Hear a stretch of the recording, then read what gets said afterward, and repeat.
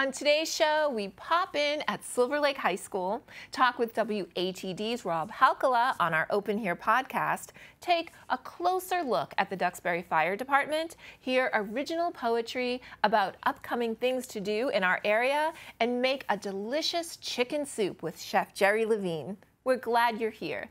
Let's get started.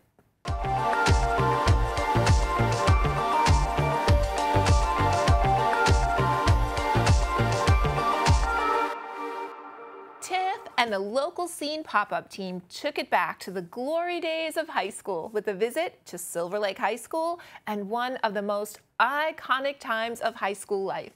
They dropped in on lunch period.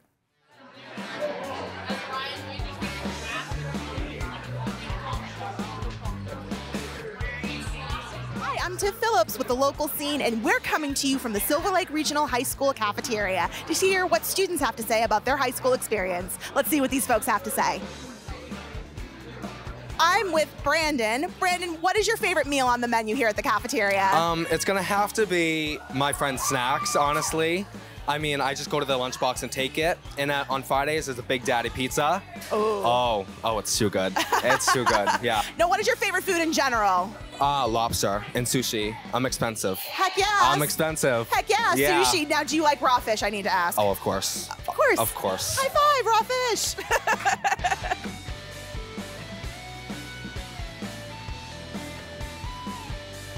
I'm with Miss Lexi. Lexi, I hear the food is amazing at Silver Lake. What is your favorite meal on the menu? My favorite meal is the mozzarella sticks. And why is that?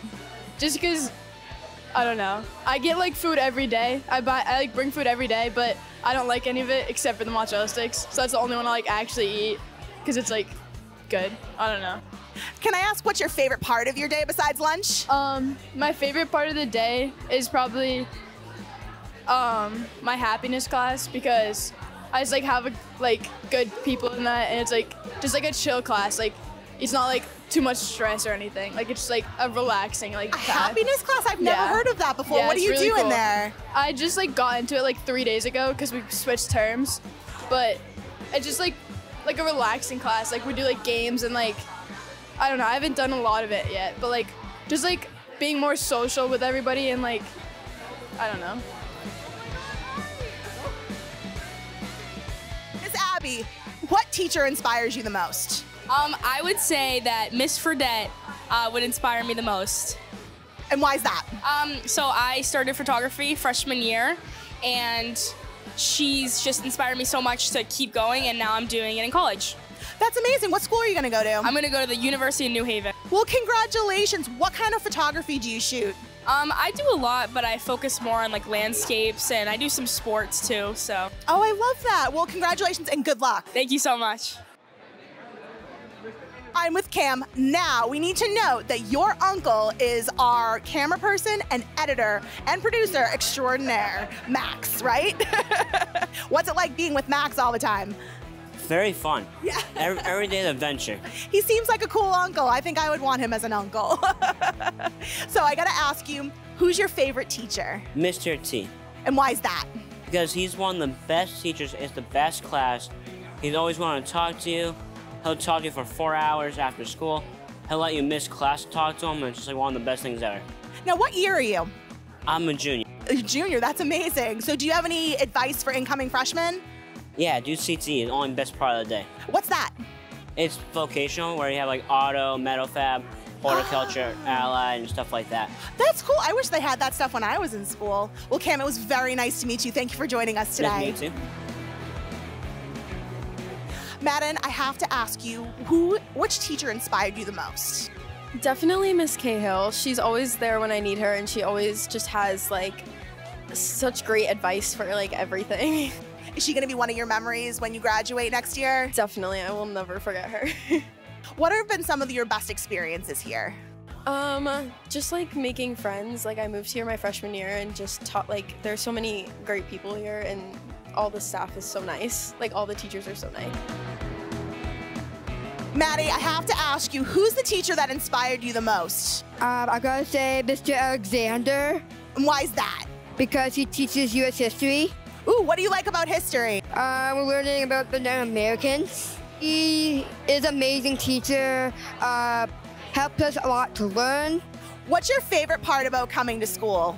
Best part of being at school, my friends and my teacher. Very nice. Maddie, it was so nice to meet you. I'm with Philip here. Hi. Good, how are you? So I wanted to ask you, you're now a senior. What teacher inspired you the most? For the teacher that inspired me the most, I would say Miss Finn. She was a new teacher coming into the school, and she inspired me by knowing what she was doing before she even came into anything, and she pushed me to be better than what I was doing. And you just signed up for the Army. You're going to be doing military service. Tell me about that. Going in to be a combat engineer, signing a 3-year, got to go to boot camp in Fort Leonard Wood, Missouri, and then they're sending me to Hawaii for 3 years. Wow, that's incredible. Are you looking forward to it? I'm yeah, can't wait. Amazing. Well, thank you for your future service, sir. I appreciate it. It was very nice meeting you. Nice to meet you. Thank you. I'm with Alex. Alex, what is the best part about your job?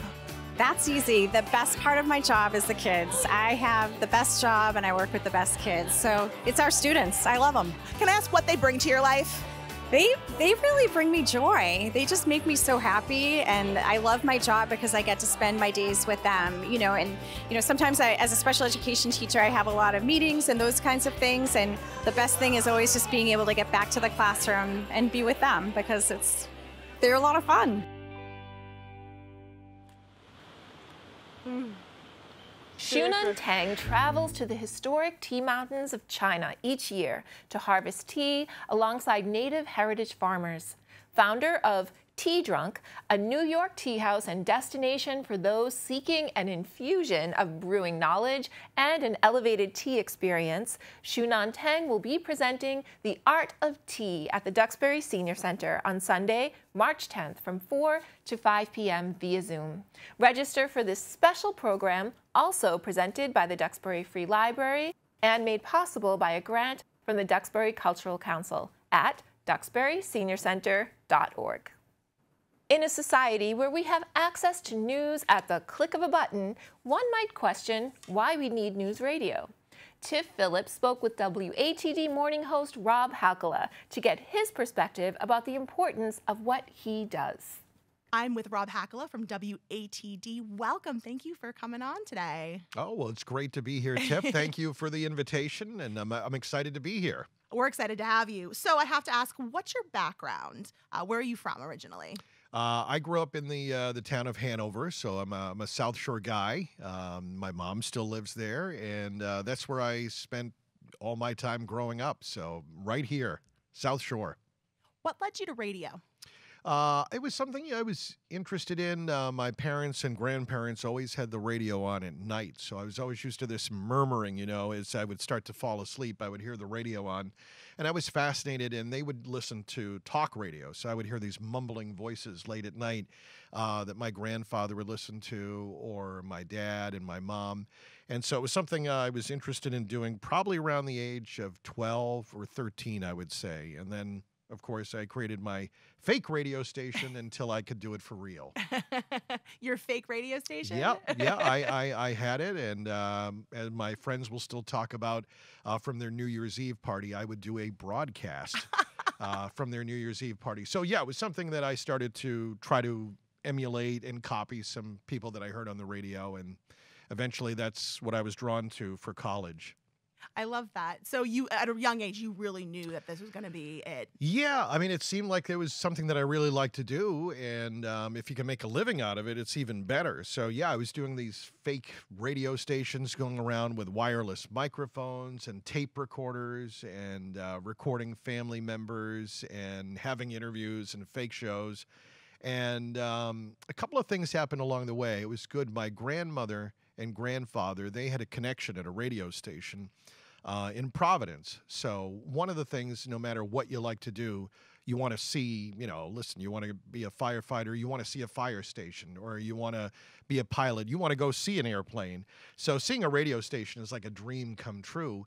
And so they took me down to a group of radio stations in Rhode Island, and I got to see the hosts and see the studios and see how it works. And then I was hooked. I knew I wanted to do that, and then it was time to pick a college where I could kind of take it in more and learn some more about the craft, and that's what I did when I went to Curry. That's awesome. And have you always had the voice? Well, no, I mean, I guess there was always some regional dialects that you need to get rid of. And you can do that in voice and diction classes. You can listen to those tapes, or maybe we don't want to listen to those audio tapes. They still exist. And you can hear certainly my voice would be a little different, perhaps. So tell me about WATD. What is its mission? The mission of WATD is to super serve the South Shore with local news and information, sports, community events, politics. Basically, because of its signal and where it is, it covers the South Shore. It's not a Boston radio station. It's not a Cape radio station or, out in Worcester. It covers the South Shore, and that's where its bubble is. And so it was put on in the 1970s. With that purpose by the owner who still owns the radio station today in 2024. And so that's still the mission today, is the same as it's always been. So in a day where we have access to the news at a click of a button, we can go on Facebook and kind of get our own version of news. One might question why we would need any kind of news radio. Why do you think that is? Well, I understand. I think you can get news anywhere. Of course, I would just caution that you need to be concerned where it comes from. A lot of people are getting information from forums, and it's just a lot of rumor and innuendo, and it's good to still have somebody that's paid. And of course, just like the newspapers would say, you need to have revenue to fund that if you're going to pay somebody to be a real reporter. I would say that having somebody like that, it's somebody that you know is going to cover your town and bring you accurate information. So yes, you can get click from a news at the click of a button, including our website, which we, have evolved over the years to put our stories online. But at least that it's being vetted by a news team and something that, is award-winning, that we have the years of experience to prove that.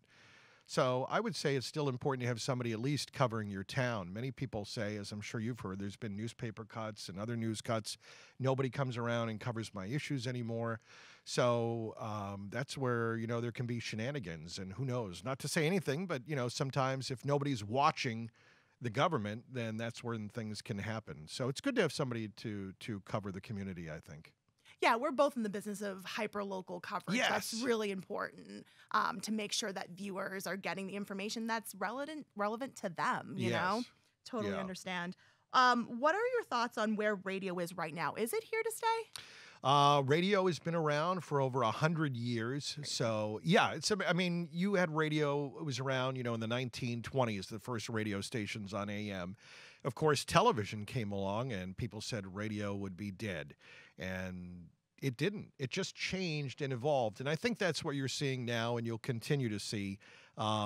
With the internet, I think that would probably be the biggest changes that we've seen. I mean, yes, you can go to satellite radio. A lot of people will use different sites to stream audio. But radio is just audio. That's what it is. So people say, well, I listen to podcasts. It's still a form of radio if it's not on the radio. It's still audio. So I would say radio is still going to be around in the future. Numbers have gone down, but numbers have gone down for television viewing. They've gone down for a lot of different media. There's just more pieces of the pie, right? It's divided up. You can get anything you want whenever you want. So the audience is not going to be as high as, for watching network television as it was. And so I think that radio will still be around. The latest numbers say around 8 in 10 Americans, or 82% of people 12 and over, still listen to the radio once a week. We'd love for that to be every day, but That's it still a great tells number you, still, yeah. Yeah, it still tells you that I will access the radio at some point. Maybe not every day, but I will use the radio for something. Whether it be, oh my gosh, what's this backup for? Or I just heard about an evacuation or an explosion somewhere. Radio is still be immediacy. Podcast, is great, but what about when you want to hear something live? People talking about something live, reacting to something live, callers, talking about something live. And then thank goodness for sports. Sports is still something that people want to consume basically on a live basis. So I need to know what a typical day looks like for you. But most importantly, what time do you get out of bed? Because you do a morning show. Oh, yeah. Yeah, that's what people like to ask about. That's a very popular question. And that's where you know whether you want to do this or not forever. So, yeah, it's about 3:30. Between 3:20 and 3:30, the alarm goes off. You kind of get it down after doing this for 23 or 24 years. You make your routine as short as possible. And then I'm out on the road, usually at after 4:15. And then I get to the radio station, around 4:30, 4:35. And then we go on it live at 5. So again, we're there for people that are up at 5 in the morning. And then we go till 10. So it's, 5 straight hours of live radio, Monday through Friday. And then after that, I get to do other fun things around the station or come, be on other shows like this one or go out and do remote broadcasts. That's always a fun thing that we've done over the past to broadcast from a business or an event.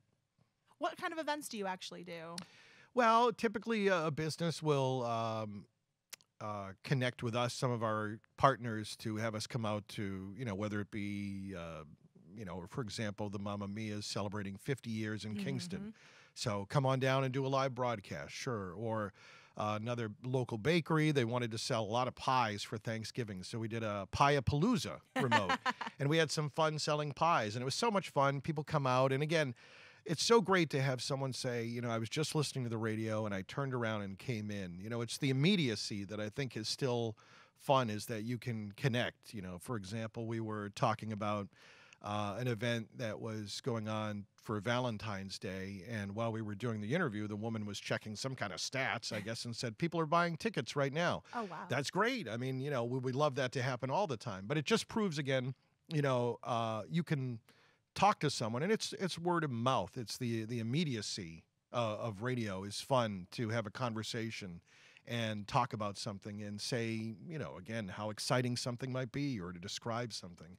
So, yeah, I mean, I love doing the studio, but I think getting out on the road and getting out and seeing people is fun whenever we can.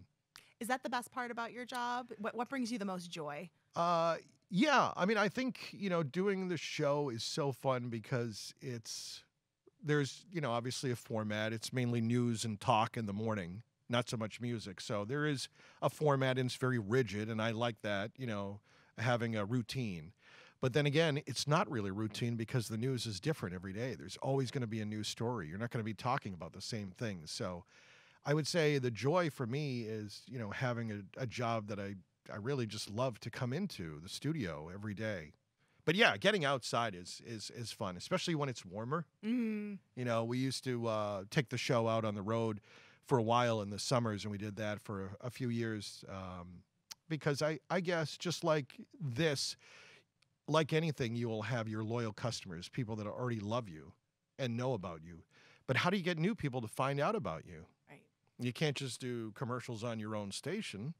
They're not listening. They're not there. So the idea is to go out and do outreach and just do silly broadcasts from places. And then eventually you'll have people say, well, who is this? Or I didn't know there was a radio station, and it saddens me, but sometimes you'll still get that because we have to remember, I grew up on the South Shore, but there are people that move here all the time that love the South Shore. Maybe they're retiring here. Maybe they're living in the Pine Hills and they're just coming down. And it's great. You have to say, they don't know about this place. And most people are very excited that the South Shore has its own radio station. It is kind of cool. And, I'm sure you'll agree that the South Shore has kind of this identity as a region. And that's one of the things that I think makes it so special is there's all these unique things about this area. Yeah, we're kind of just one giant town. Yeah, exactly. I'm from the South Shore, and you take a lot of pride in it, and, Yeah. and it's fun, and that's what's kind of special about WATD. Yeah. So what does it feel like to be, you're part of people's mornings, like when they're driving to work, when they're getting ready in the morning. How does that feel? Well, yeah, no, it's important, I think, to make sure that you bring them the information that they want every day, and to do so, to try to provide humor where you can. There's a lot of, we know, news that we'll say is very serious, that we don't do a lot of jokes about. There have been serious moments in my 24 years of doing this show that we've been, live on the air, like September 11, that's 2001. I was barely starting my show. Those kind of moments, I think about are important. But then we have days that are just fun and interviewing guests. And so every day is different.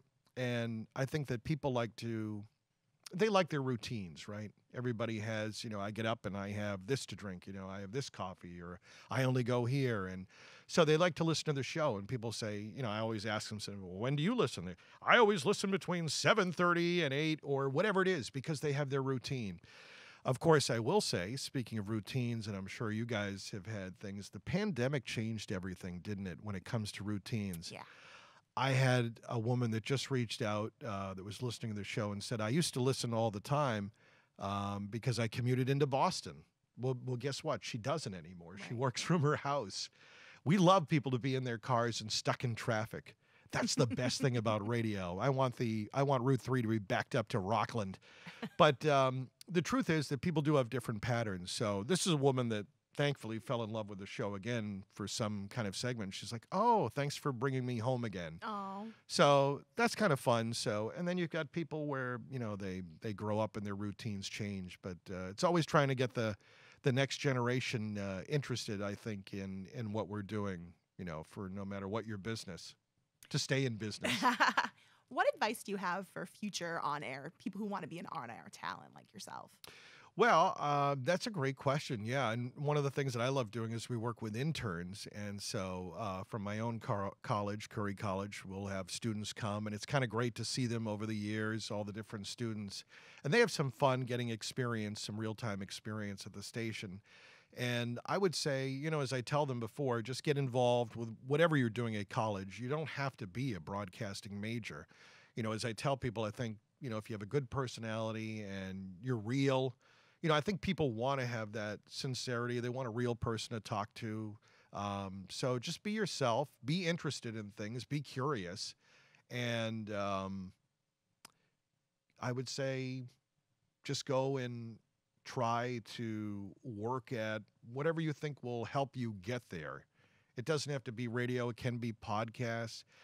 Can be some kind of just streaming platform, some kind of audio project. I always tell people to just try to explore all the options to see kind of what speaks to them in a way. I think everybody is drawn to different things. When it comes to radio, it's very general. Most people think, just I'm going to be on the air and then be a DJ and playing music, but maybe it's a sports host.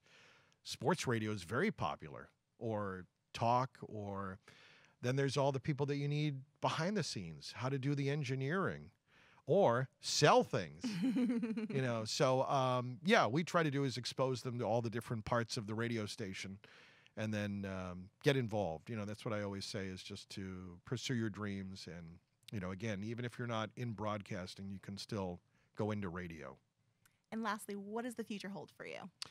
Well, the future for me, I would say I'm happy to do what I'm doing. And as I said before, as long as the radio station is still around and the management likes what I'm doing and we're doing a good job, I'd be happy to stay. I mean, this is where I grew up. My family's still here. And so I love the South Shore, and I'd like to see ATD grow and continue. And I'm happy to be a part of that mission for as long as possible. So I hope to keep doing for as long as I can do it. We're happy to listen. Rob, thank you so much for joining us today. Thank you, Tiff. Pondering the night sky is a pastime as old as humanity. The answers to science's great questions about the nature of the universe are above us. If you have wondered about things you see in the night sky, join Professor Joseph Doyle from the Bridgewater State University Observatory on March 20th at Font School in Kingston from 6 to 7 p.m. Astronomy enthusiasts of all ages are encouraged to bring their questions about the science of space exploration, eclipses, and astronomy. Font School is located at 16 Green Street in Kingston. Astronomy and Wonders of the Night Sky is sponsored by the Kingston Public Library. Visit their website to register.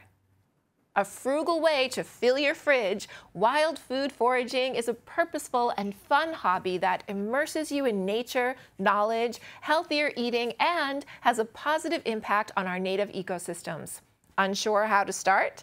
The Pembroke Public Library's got you and invites you to Introduction to Foraging with instructor Rachel Glukowski on March 6th from 6 to 7:30 p.m. Learn how to select the best guidebook for your needs, identify common wild edibles in the New England area, and how to forage by season. Rachel will also offer tips on preparation and preservation to help get your nutrition-packed wild found fare journey started. The class is open to all with no registration required. You may not have much room in your schedule, but you will want to make time for this. With a hearty chicken soup to fortify your body against all of the winter flu and colds going around, here's Chef Jerry Levine on Delicious and Nutritious. Today we are going to make Jewish-style chicken matzo ball soup. And we start off with all of our ingredients, and these are not properly measured, but I just put them out here because I want you to see what I'm working with. Okay, onions. And this is a Spanish onion, and I'm going to use the whole onion. I'm just going to toss it in my pot. And why am I doing that? And why aren't I peeling the onion? Well, the reason being is because you see this skin? There's a lot of color in this skin, and it will make the chicken soup nice and golden. Okay, parsnips. Just take them and take the skin off. Reason why I take the skin's a little tough, and sometimes it's very dark, and you don't want to have that. Now, celery, we use 2 stalks plus a half a cup of diced. Carrot, don't peel it.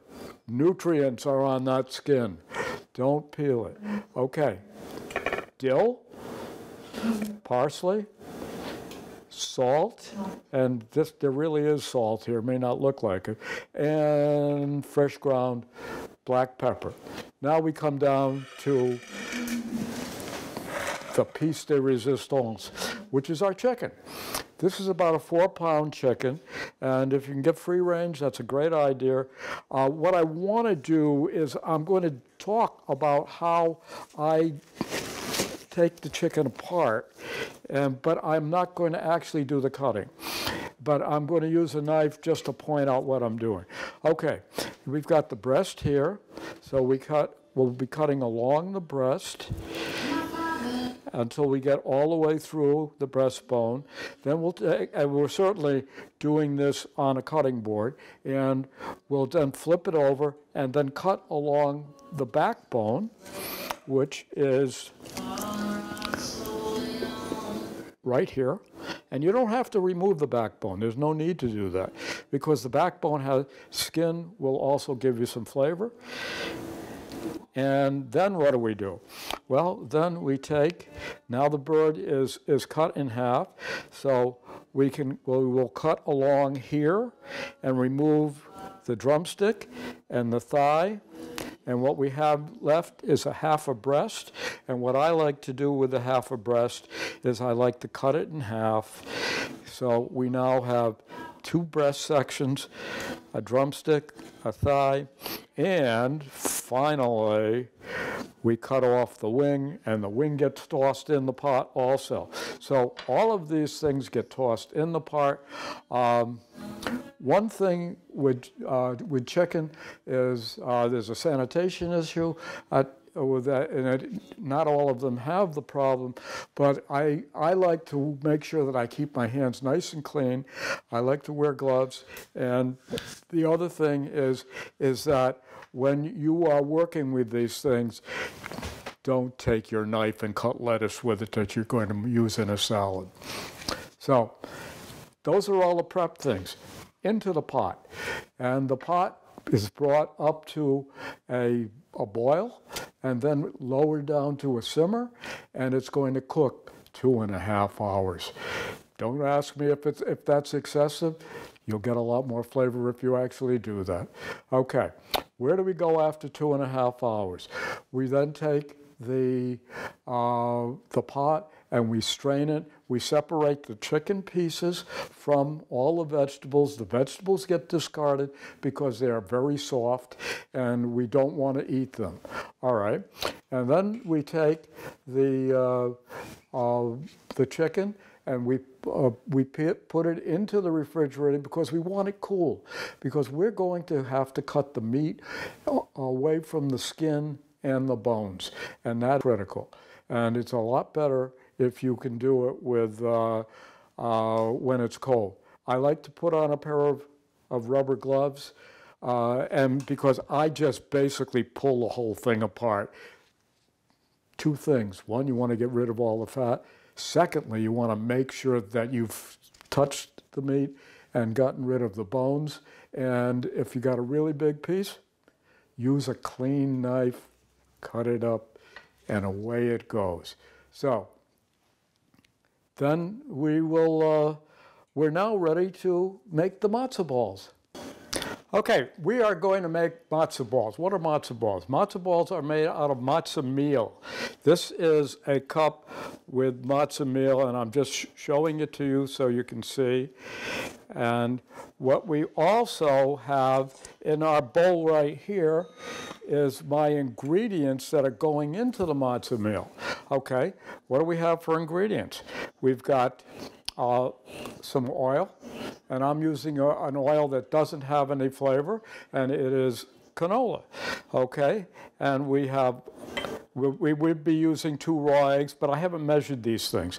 So this is the matzo meal right here, and here's some water, or you can use chicken broth. Either way, if you happen to have it, and our favorite little kosher salt.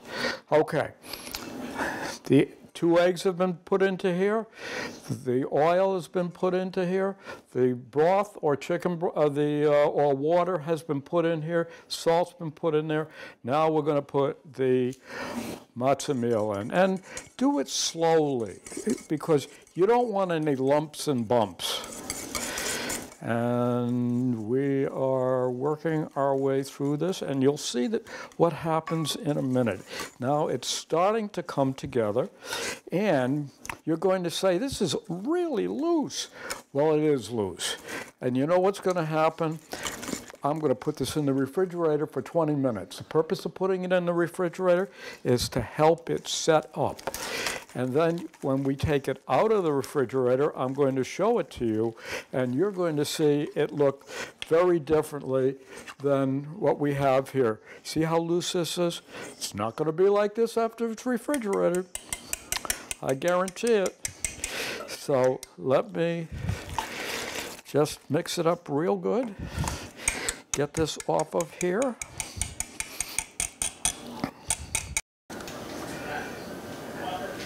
Okay, we've just taken the matzo ball mixture out of the refrigerator. Now look at it here.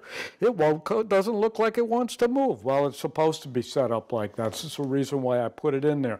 What I really wanted to do was have the egg and the liquids go into the hydrate the matzo meal. So now what do? We're going to make matzo balls. All right.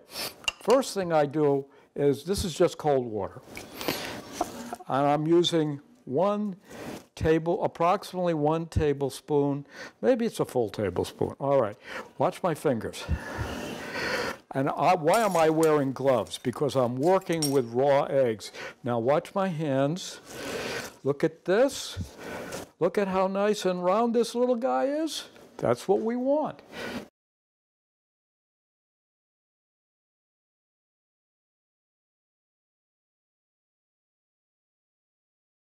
Right now, we have our chicken, which was cut up before we put it into the pot for 2.5 hours with boiling water. And I have cooled it down in the refrigerator, so I can touch it with my hands. Notice I'm wearing gloves, and I can touch it with my hands, and I'm not going to burn myself. And we're going to debone it and deskin it. This is a piece of breast. The breast would extend out here, and I cut it in half. So now I am this is such an easy process. And I like to really do it with my hands because I can feel where all the bones are. And and you're going to say, but Jerry, look at the size of the piece. You can't wrap your mouth around that. Well, I have my handy dandy knife that any real big pieces are going to get made into small pieces. Okay, and just make sure that you remove, this is a wishbone, make sure you remove all of the bones. Now we're working on a breast, and I'm going to show you a thigh and how I work on a thigh. And it is so simple that you don't really need to buy things that are skinless, boneless. Okay, let's do a thigh. Now the thigh, as you know, has got a bone that runs from here to here. And look at this, I just roll my finger around like that, and it opens up. And you want to remember, it's been cooking for 2.5 hours. It better be nice and soft. Okay. A little bit of squishing to make sure that we've got all the bones, but there shouldn't be. There should only be one bone in the thigh, and then you're going to get a piece of rib over there, rib bone, and we're going to move this off of here, and that, and okay, and these are the ribs, so we don't want the ribs. All right. Finally, there was a piece of breast that came off. That's fine. Let me show you. Knife. These are about the right size for what we want. All right, let's do another breast. And a lot of the pieces you won't have to do anything with. And so these are all, okay, this guy needs a little bit of a hack, so we're hacking. And this is just another way of knowing, have I removed all the bones? Okay. We have gotten all the bones out of it. This is the bone pile, and these are all pieces of the chicken, and that's how we debone a chicken. What does anti-immigration xenophobia and a potato have in common? No punchline. They are both contributing factors to the presence of over 150,000 native Irish soldiers in the American Civil War. On Thursday, March 28th at 6 p.m., hear more about this subject in a lecture presented by Dr. Patrick Brown and the Duxbury Rural and Historical Society. Dr. Brown will discuss the Irish Ethnic Brigade, several key individuals, and share compelling stories illustrating the Irish immigrants' determination to show allegiance to their adopted homeland, even in the face of profound prejudice and marginalization.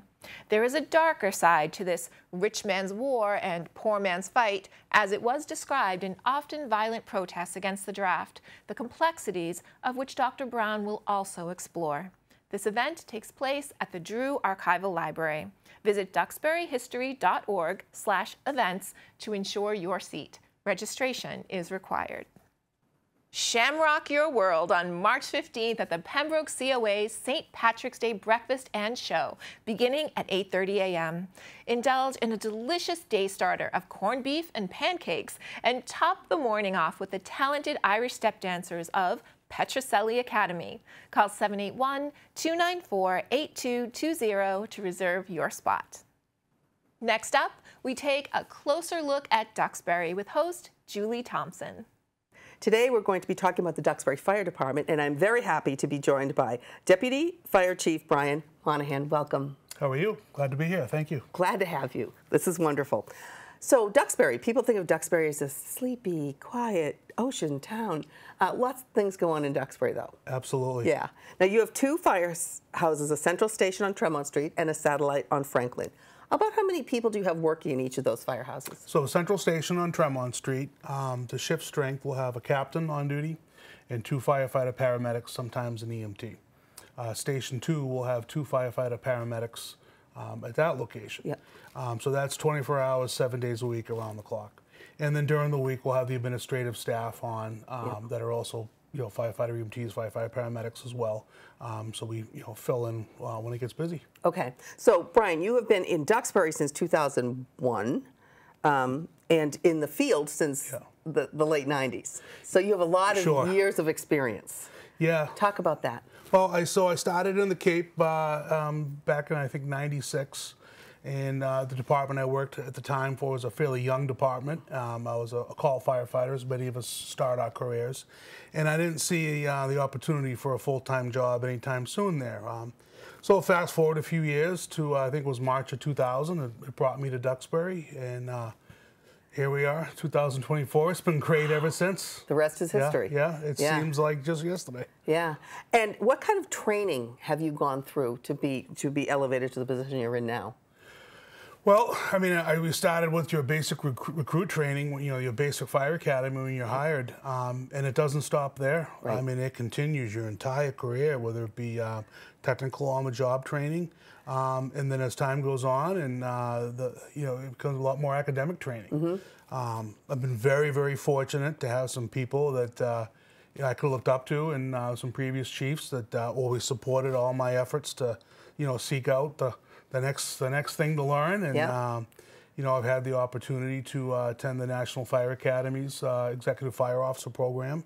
It's a 4-year program, and you're put in with firefighters and, you know, chief officers and from around the country. And when you really see some of the challenges they have and the things they deal with every day, it gives you a different perspective when you come home, and certainly some tools to, you know, to help your department move forward. Right. And I would assume that a lot has changed in the 20-some-odd years you've been in Duxbury. Not only the call volume, which is just since 2009, your call volume went from, I think it was 1,330 a year to this end of last year was 2,929. Yeah, so huge. It's increase. amazing now, and that's just in 2009 is when we first started using the first full year of our new record management system. Right. So if I went back to when I first started, it'd be way less. Yeah. I think it'd be a lot less. Yeah. But in that short time frame, it's amazing just the volume of work that we've done. And when the call comes in, you never know what it's going to be. So never know. What is is there any such thing as an average call? What it is? There really isn't. Okay. There really isn't. I mean, we do a lot of medical calls. Obviously, that's a majority of our work. Now, when you say that, it's people are having a medical issue in their home, or an accident, or an elderly person in a assisted living. Yep. Could be just about anything. They could have medical at their house. There could be an injury, a motor vehicle accident. Yeah. There's a pretty wide spread of different things we could get called for. Do you get more in the summer than in the winter, where you have more people in the area, obviously, because you're a seaside community? Yes and no. If you look at our statistics for the number of calls per month, it seems like the fall can be a little bit busier. You know, getting back into the school season, why, I don't know, but you know, it seems pretty steady, you know, year round. Yep. It's the types of calls that we respond to, obviously, you know, more calls down, you know, in the summer down the beach area. Right, right. But yeah, certainly I think it's kind of a pretty good mix of what we do. Now, do you have specialized training because you're a seaside community? Yes and no. So all the firefighters, when they get hired, they go through your basic training. Yep. And then for they're an EMT or a paramedic, they'll have some training on that side. So everyone has your basic, your minimum training. Once they come to Duxbury, you know, we kind of pick up, you know, where your basic training left off, and we hone in on some of the stuff that, you know, you would deal with working for a coastal community. Marine operations is definitely one of them. You know, operating a boat, and a lot of times when we're called, it's, you know, generally not, you know, good weather out there, you know, so we need to be able to, you know, operate the vessel and respond to, you know, emergencies along the water and all weather. Yeah. Do you do search and rescue on the water too? We can if it's within our jurisdiction. Okay. Yep. So a lot of our members are a part of the Plymouth County Technical Rescue Team. Yep. Which also has a dive team component. Sure. So they could respond anywhere in the county when needed. And, you know, if we have an incident in town, you know, the whole county team would come to us. So we would have a, you know, group of highly trained firefighters, you know, from other towns that would come and assist. We have used them in the past. Okay. So there's a lot of mutual aid available. Yeah. We all help each other out. From all the different towns. Now, what about outreach? Because I noticed when I was looking at your website, I was really impressed with the amount of just videos of how-tos, and this is what we do, and this is how this happens, that you don't get a lot from some of these smaller fire departments. So talk about that. So, you know, we get a lot of comments on our website, and, you know, we found that most of the people they just don't know what the fire department does as a whole. So we found that, you know, kind of getting our message out there on the website and all social media platforms, that's helped bridge the gap a little bit. But I think really where the website became really helpful was during COVID, when we couldn't get into the schools and do some of our fire prevention with the younger folks. We relied on the website, and I think that was definitely a huge hit. We got a lot of emails from teachers saying this is great, and I really even think teachers outside of Duxbury were using it, so it was kind of good to hear.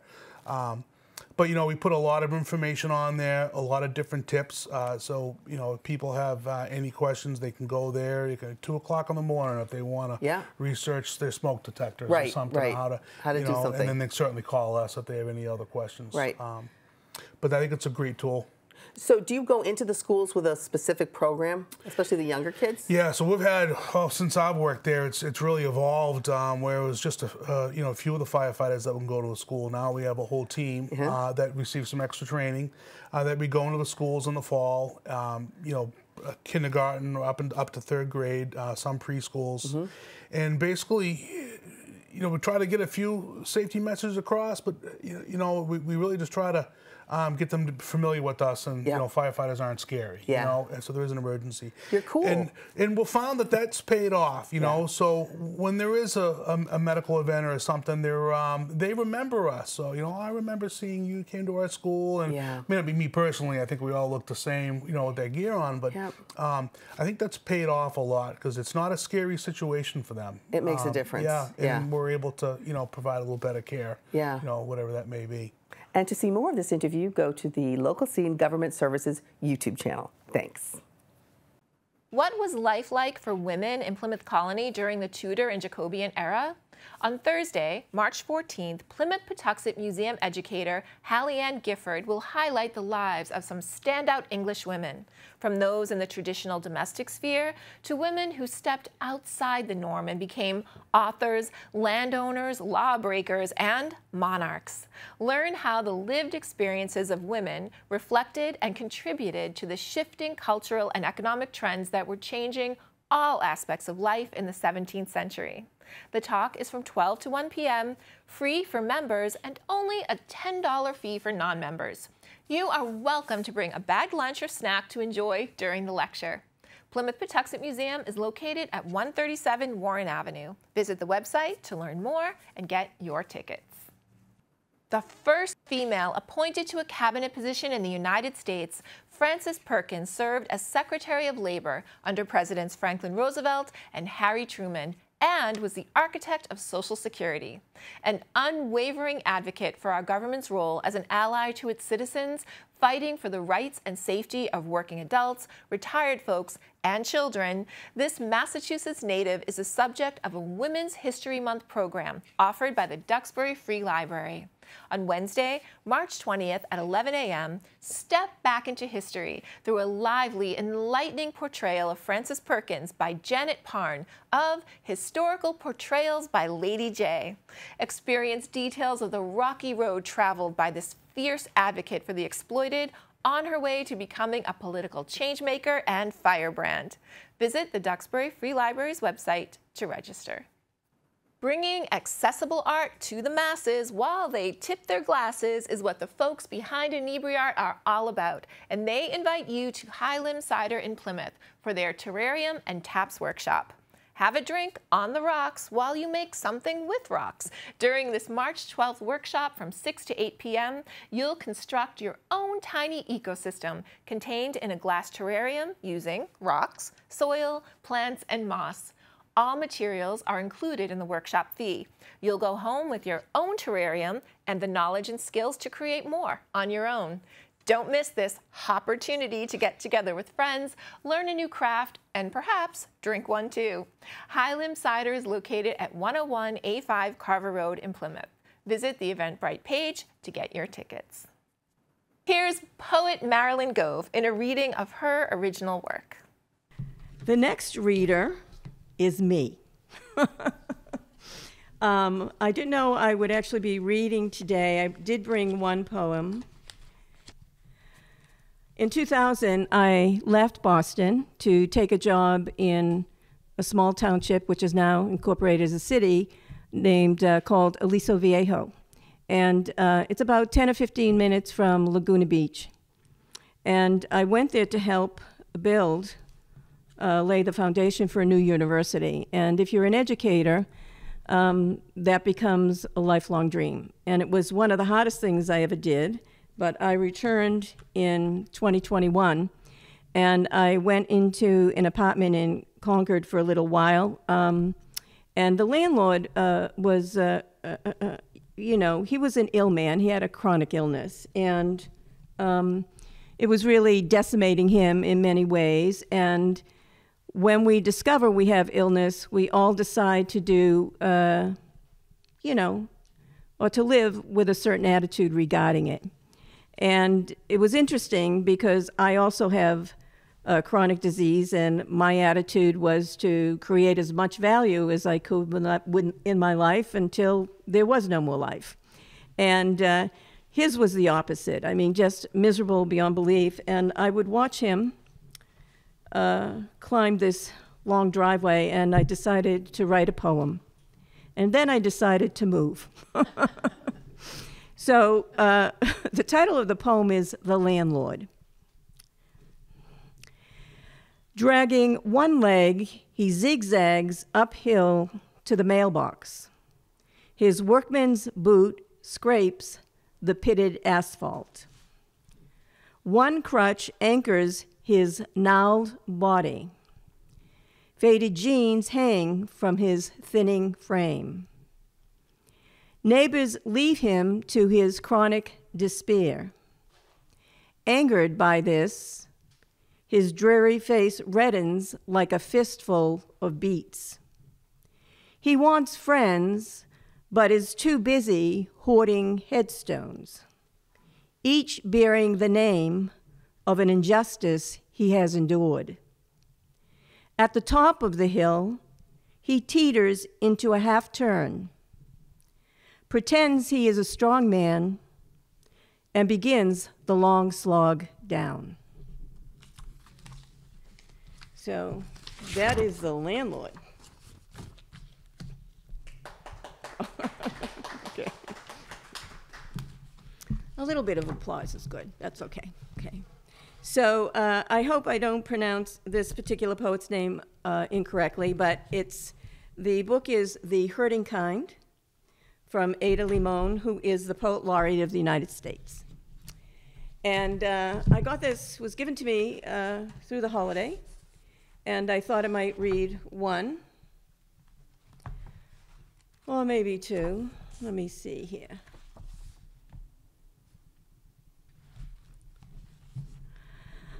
Here's a short one titled Sanctuary. Suppose it's easy to slip into another's green skin, bury yourself in leaves, and wait for a breaking open, a breaking out. I have, before, been tricked into believing I could be both an eye and the world. The great eye of the world is both gaze and gloss, to be swallowed by being seen, a dream, to be made whole by being not a witness, but witnessed, which I think is a great compliment to Kate's poem, you know, because she is also asking to be witnessed. We are all asking to be witnessed. So I think it's quite timely, and somehow that just happened sort of mystically in line with your poem, Kate, huh? Pretty good. All right. Let me see. One more. Anticipation. Before I dug the plot in our yard, before we had a yard, when grass only grew between stop signs and garbage cans, when I had one pot for a pepper and one pot for aroma on the fire escape, I was planting my secret seeds inside you, the chrism linen curtains billowing in liquid spring wind, the future deepening in the heat. Okay. Thank you. The luck of the Irish is with us because on Tuesday, March 12th, David Polanski is returning to the Plymouth Public Library for an entertaining evening of Songs of Ireland. Expect moments both poignant and humorous as this accomplished trumpet player and popular one-man show delights with classic Irish favorites such as Glockamora, Danny Boy, I'll Take You Home Again, Kathleen, and many more. The show has been made possible by the Foss Family Fund and is happening in the Phalo Meeting Room from 6 to 7 p.m. Seats are limited, so be sure to visit the library's website to reserve your spot. And that, my friends, wraps what's good and good to know this week on the local scene. Thank you for watching. We'll see you next time.